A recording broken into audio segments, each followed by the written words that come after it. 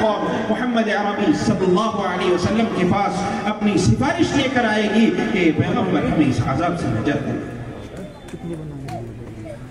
یہ پیغمبر اپنی قوم کا رونا دیکھے گا،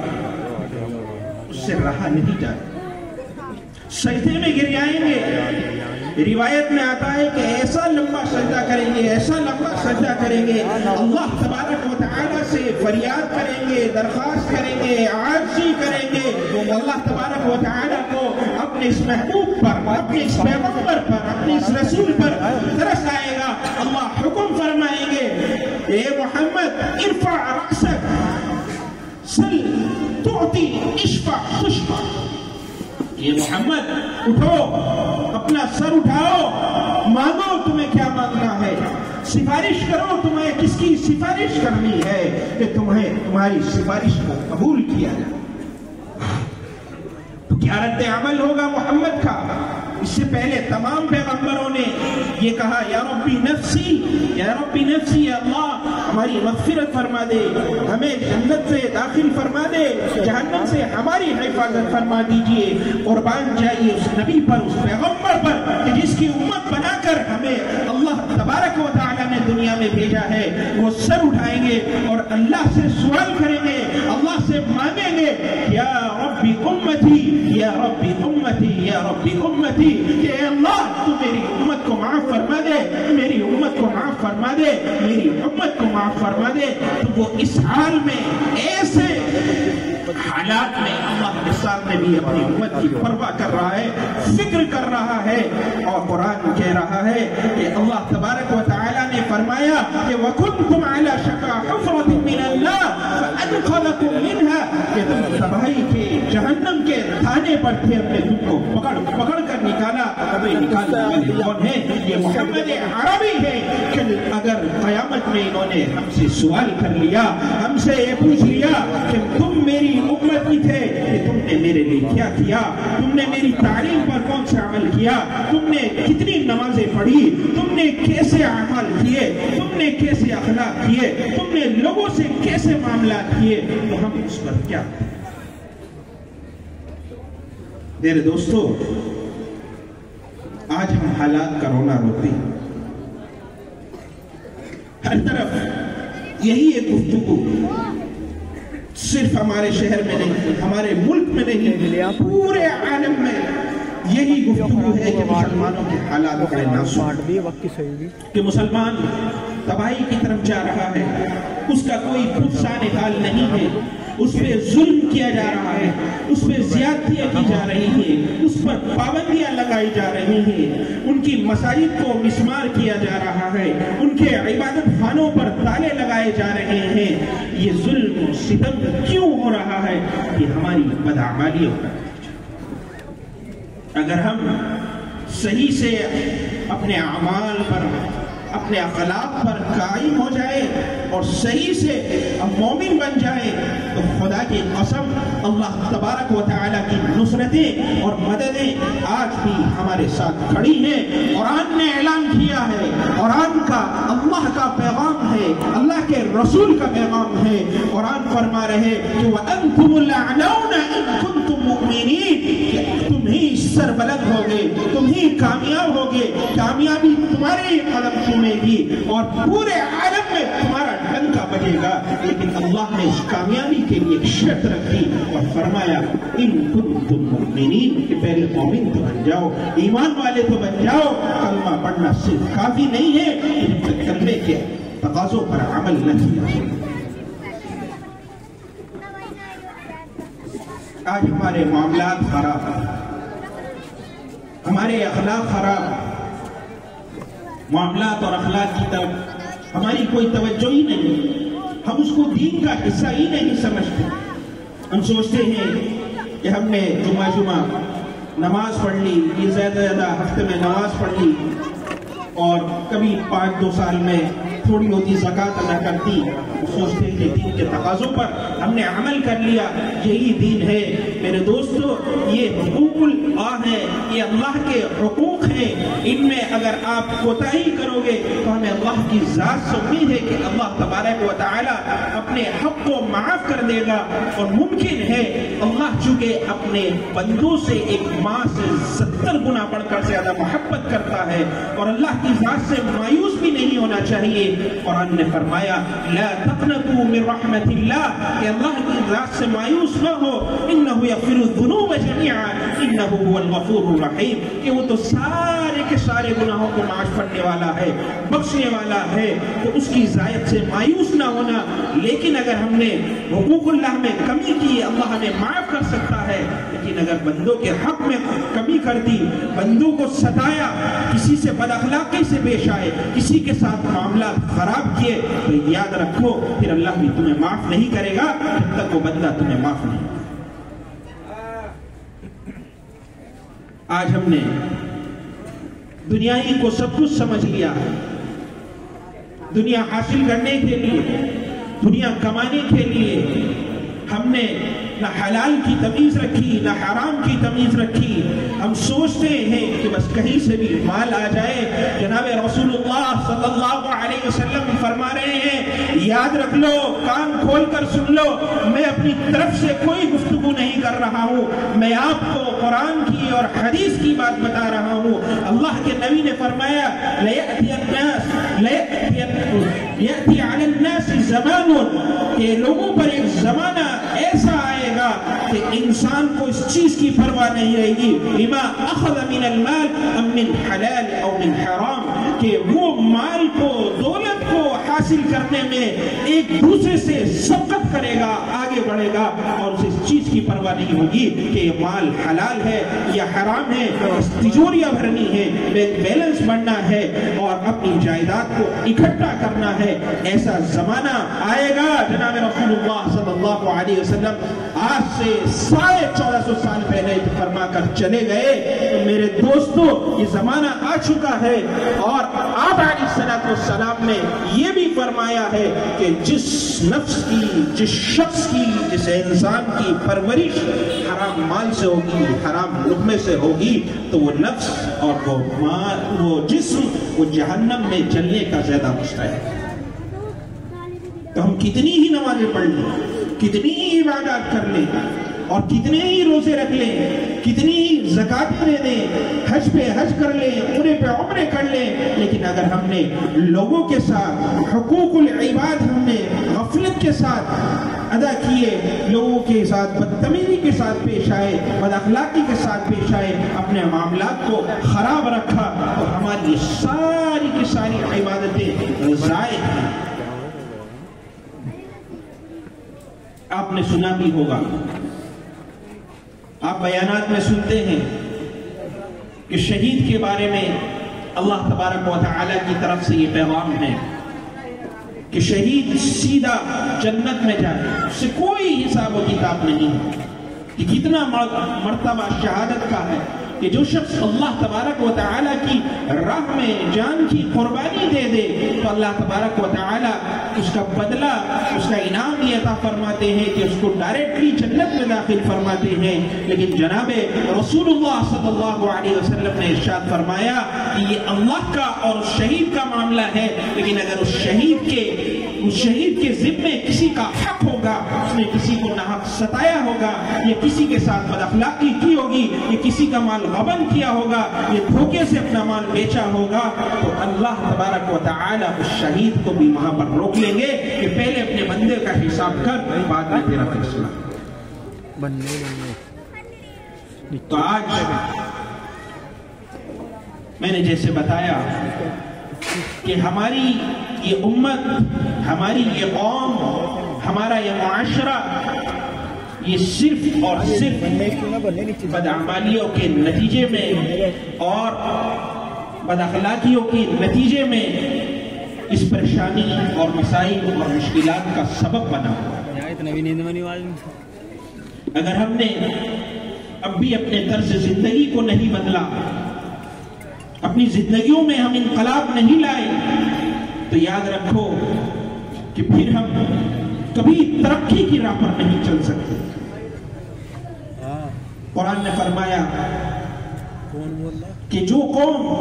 ان اللہ لا یغیر ما بقوم حتی یغیروا ما بانفسہم، کہ جو قوم اپنے آپ کو بدلنا نہیں چاہتی تو اللہ تبارک و تعالیٰ بھی اس کو نہیں بدلے۔ تو اگر ہمیں فتح، نصرت، کامیابی کے جھنڈے گاڑنے ہیں تو پھر ہمیں نبی علیہ السلام کو اور ان کی تعلیم کو مضبوطی سے تھامنا ہوگا، قرآن مجید کو مضبوطی کے ساتھ تھامنا ہوگا۔ اللہ کے نبی صلی اللہ علیہ وسلم دنیا سے رخصت ہو رہے ہیں اور آپ کے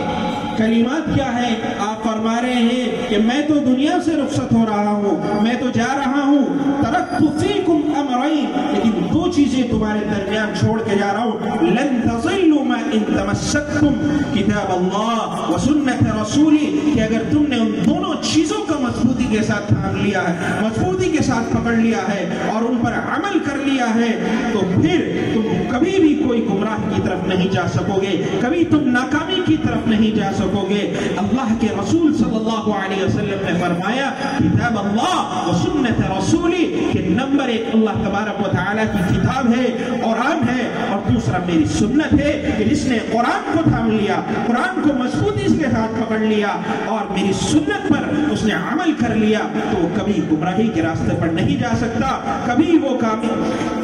ناکامی کے راستے پر نہیں جا سکتا۔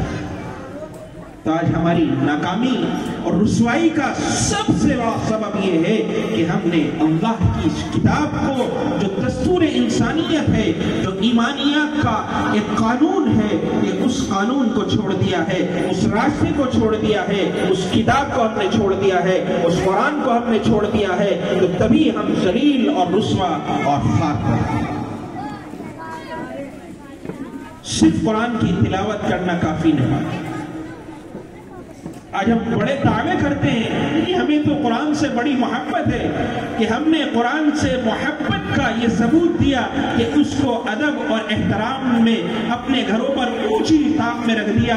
کہ قرآن کا ہمیں ادب ہے، وہاں تک ہمارا پھر ہاتھ بھی نہیں جا رہا ہے، یہ قرآن کا ادب ہے۔ بہترین جزدان میں اس کو سیکھ کر، خوبصورت جزدان میں سیکھ کر ادب کے طور پر اوپر رکھ دیا، ہاتھ بھی پہنچ نہیں رہا، یہ قرآن کا ادب ہے۔ اور قرآن کا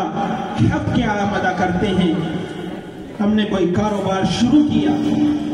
کوئی گھر لیا، اور کاروبار بھی کیسا؟ لون لے کر کاروبار شروع کر رہے ہیں، لون لے کر گھر بنا رہے ہیں۔ جب وہ گھر بن کر تیار ہو جاتا ہے تو پھر ہم چند قرآن شریف پڑھنے والے بچوں کو بلا لیتے ہیں کہ برکت ہو جائے گی گھر میں اور ہمارے کاروبار میں، تو یہ قرآن کا حق ہم سوچتے ہیں کہ ادا ہو۔ میرے دوستو، قرآن کا حق یہ نہیں ہے، قرآن کا حق یہ ہے کہ اس میں غور و فکر کیا جائے، اس میں سمجھا جائے کہ اللہ تبارک و تعالیٰ نے کیا بیان کیا ہے، پیغمبر علیہ السلام اس قرآن کے ذریعے ہمیں کیا تعلیم دے رہے ہیں۔ اللہ تبارک و تعالیٰ فرما رہے ہیں افلا یتدبرون القرآن ام علی قلوب اقفالها، کہ ان مسلمانوں کو کیا ہو گیا، ان لوگوں کو کیا ہو گیا، یہ قرآن میں کیوں غور و فکر نہیں کر رہے؟ کیا ان کے دلوں پر تالے لگ گئے ہیں، ان کی عقلوں پر تالے لگ گئے ہیں کہ کتاب جو ہم نے ہدایت کے لیے دی تھی، جس کے بارے میں اللہ فرما رہے ذالک الکتاب لا ریب فیہ ھدی للمتقین الف لام را کتاب انزلناہ الیک لتخرج الناس من الظلمات الی النور، یہ وہ کتاب ہے جو انسانوں کو، جو قوموں کو اندھیریوں سے نکال کر روشنی کی طرف لے جاتی ہے۔ اس پر تم کیوں عمل نہیں کر رہے؟ اس کو کیوں اپنے سینے سے نہیں لگا رہے؟ اس کی تعلیم کے مطابق کیوں ہم نہیں چل رہے؟ میرے دوستو، جناب رسول اللہ صلی اللہ علیہ وسلم نے ایسے ہی صحابہ کے مجمع کے درمیان ایک مرتبہ ارشاد فرمایا، حضرت علی رضی اللہ تعالیٰ عنہ راوی ہیں، فرماتے ہیں جناب رسول اللہ صلی اللہ علیہ وسلم کہ ان قریب فتنے نازل ہوں گے، اور جب وہ فتنے نازل ہوں گے تو انسان کے ایمان اور اسلام کا کوئی ٹھکانہ نہیں رہے گا، کہ ان فتنوں میں انسان اس طریقے سے الجھ جائے گا، اس طریقے سے الجھ جائے گا، اس کو حلال اور حرام کی تمیز تمیز ہی نہیں ہوگی، اسے یہ پتہ ہی نہیں چلے گا کہ میں مسلمان ہوں، میرے دل میں ایمان ہے بھی یہ نہیں۔ اس طرح کا ایک دور، ایک زمانہ آیا۔ جناب رسول اللہ صلی اللہ علیہ وسلم فرما رہے ہیں، صحابہ کو بتا رہے ہیں کہ قریب فتنے نازل ہوں۔ قربان جائیے ان صحابہ کرام رضوان اللہ علیہ اجمعین پر۔ ہم اور آپ ہوتے تو پوچھتے یا رسول اللہ کیسے فتنہ ہوں گے، کیا حالات ہوں گے، اس میں کس طرح فتنہ آئیں گے، کب کو آئیں گے، آسمان سے آئیں گے، زمین سے آئیں گے، کون سے ملک سے آئیں گے، کس طرف سے آئیں گے، لاکھوں ہزاروں سوال ہم داغ دیتے۔ لیکن قربان جائیے ان صحابہ کرام علیہ الصلوۃ رضوان اللہ علیہ اجمعین پر کہ جب وہ یہ بات سنتے ہیں تو فوراً اللہ کے نبی صلی اللہ علیہ وسلم سے سوال کرتے ہیں کہ ما المخرج منہا یا رسول اللہ، کہ اللہ کے رسول، اللہ کے پیغمبر، یہ جب یہ فتنے نازل ہوں گے تو پھر ہمیں کیا کرنا چاہیے کہ کیسے ان فتنوں سے بچا جائے، یہ ذرا ہمیں طریقہ بتا دیجئے۔ تو اللہ کے پیغمبر صلی اللہ علیہ وسلم فرماتے ہیں کتاب اللہ، کہ وہ اللہ کی کتاب ہے، وہ قرآن ہے جو تمہیں ان فتنوں سے بچا سکتا ہے۔ کہ نبأ ما کان قبلکم وخبر ما بعدکم، کہ اس قرآن میں، اس کتاب میں اللہ تبارک و تعالی نے تمہارے سے پہلی قومیں کے حالات کو تفصیل سے بیان کر دیا تاکہ آپ ان واقعات کو دیکھ کر عبرت حاصل کرو اور اپنی زندگیوں میں انقلاب پیدا کرو۔ اور صرف اسی پر آپ نے اکتفا نہیں کیا اور فرمایا وَخَبْرُ مَا بَعْدُكُمْ، کہ قیامت تک جو تمہارے اوپر حالات آنے والے ہیں، جو تمہارے اوپر احوال پیش آنے والے ہیں، اس کا حل بھی اللہ تبارک و تعالی نے اس قرآن میں، اس کتاب میں دیا۔ تو یہ کتاب، یہ قرآن کس پر نازل ہوئی؟ وہ آخری پیغمبر محمد عربی صلی اللہ علیہ وسلم پر نازل ہوئی ہے، جس کے ہم متبعین ہیں، جس کے ہم ماننے والے ہیں، جس کا ہم کلمہ پڑھنے والے ہیں۔ اگر خدا نہ خواستہ اس نبی نے، اس پیغمبر نے ہمیں اور آپ سے سوال کر لیا کہ میں اپنا مقدس کلام